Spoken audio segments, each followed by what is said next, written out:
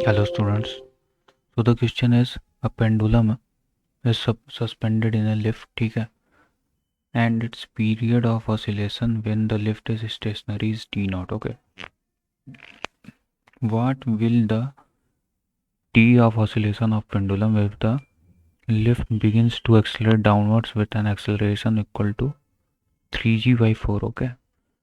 और second part क्या कह रहा है? What must be the acceleration of the lift for the time period of pendulum to be t naught by 2. Okay. सो देखते हैं। यहाँ पे एक लिफ्ट है, ठीक है, इसमें एक पेंडुलम, ठीक है, लटका हुआ है, ठीक है, जिसका टाइम पीरियड जो है टी नॉट है, ठीक है, जब ये स्टेशनरी है, ठीक है। तो t naught can be written as 2 pi under root L/G, ठीक है। लेट्स सपोज कि ये लेंथ इसकी L है, ठीक है। तो t naught can be written as 2 pi under root L/G, ठीक है।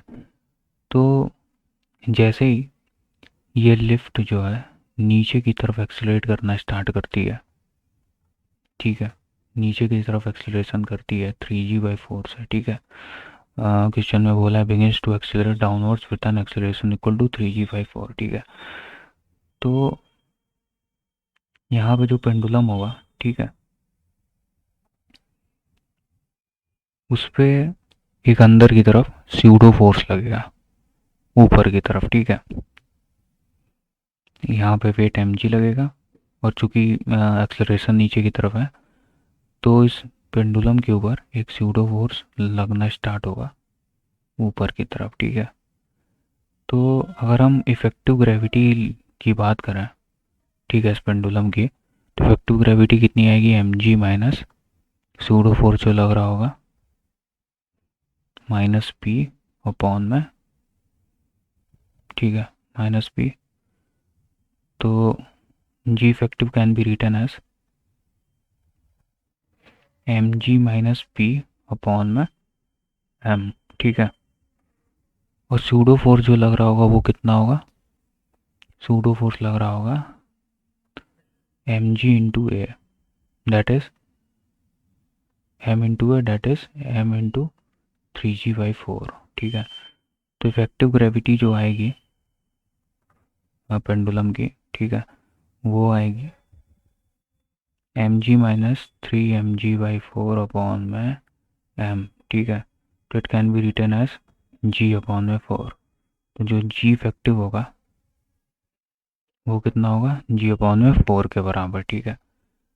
तो तो जो नया टाइम पीरियड होगा, ठीक है, let's it be T2, okay. तो इसको हम लिख सकते हैं 2 pi under root L/G effective, okay.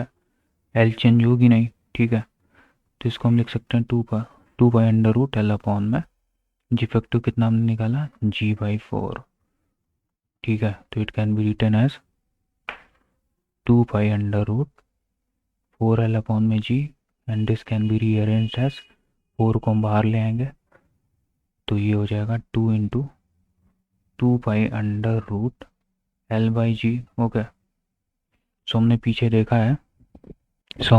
देखा है कि जो टी नॉट है, ओके, टी नॉट की वैल्यू कितना है?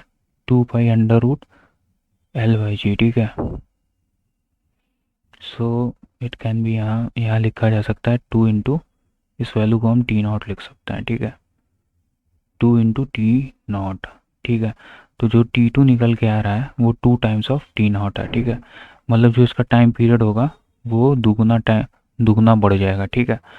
अब नेक्स्ट पार्ट ऑफ क्वेश्चन में क्या कहता है कि वाट मस्ट बी, ठीक है, what must be the acceleration of lift, ठीक है, for the period of oscillation of pendulum to be T0/2, ठीक है, ठीक है।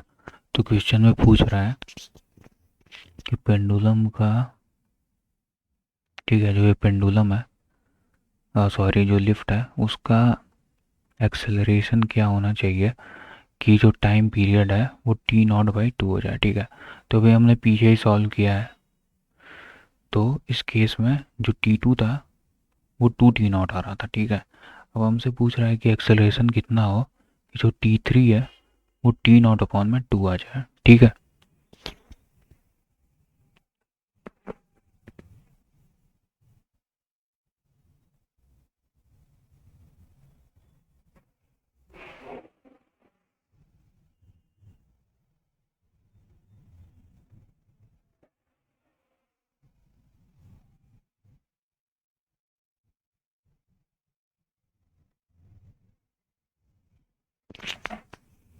सो इसके लिए हम सपोज करते हैं कि जो लिफ्ट है, ठीक है, सपोज करते हैं जो ये लिफ्ट है, ठीक है, वो ऊपर ऊपर की तरफ ए एक्सेलरेशन से जा रही होगी, ठीक है, सपोज करते हैं। तो जो जी इफेक्टिव जो हम लिखेंगे वो हम लिखेंगे इस केस में, ठीक है, अगर ये ऊपर की तरफ जा रही होगी तो इस पेंडुलम पे एक नीचे की तरफ स्यूडो फोर्स लग रहा होगा पी एस, और इसका वेट एम जी लग रहा होगा। तो हम जी इफेक्टिव लिख सकते हैं M G plus pseudo force upon में एम, ठीक है, और ये स्यूडो फोर्स कितना होगा, एम इंटू ए के बराबर होगा। तो हम लिख सकते हैं M G plus M A upon में एम, ठीक है। तो G effective can be written as simply G plus A, okay. So T three को हम अगर ए एक्सेलरेशन मान के निकालते हैं तो 2 pi under root L upon में जी इफेक्टिव यहाँ लिखते हैं, ठीक है, यहाँ टी नॉट बाई 2 लिखते हैं यहाँ पे, ठीक है। तो यहाँ लिखते हैं 2 pi under root L upon में जी इफेक्टिव कितना है, जी प्लस है, और टी नॉट की वैल्यू हमने पीछे निकाली थी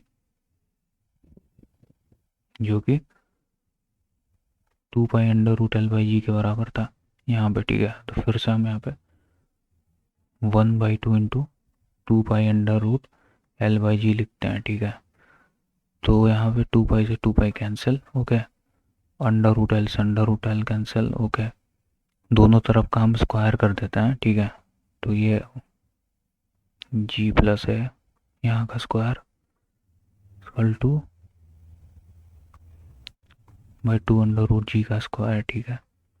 तो हम स्क्वायर करने पे हमें ये मिलता है 1/जी प्लस है, ओके, 1 अपॉन में जी प्लस है इक्वल टू 1 अपॉन में 4g, ठीक है। So we can write it as G plus A equal to 4g, okay. So यहाँ से हम ये निकाल सकते हैं 3g, ठीक है। तो इसका मतलब अगर लिफ्ट जो है 3g एक्सेलरेशन से जब ऊपर जाएगी तो इसका जो टाइम पीरियड निकल के आएगा t3, वो टी नॉट अपॉन में 2 के बराबर होगा, ठीक है। Thank you.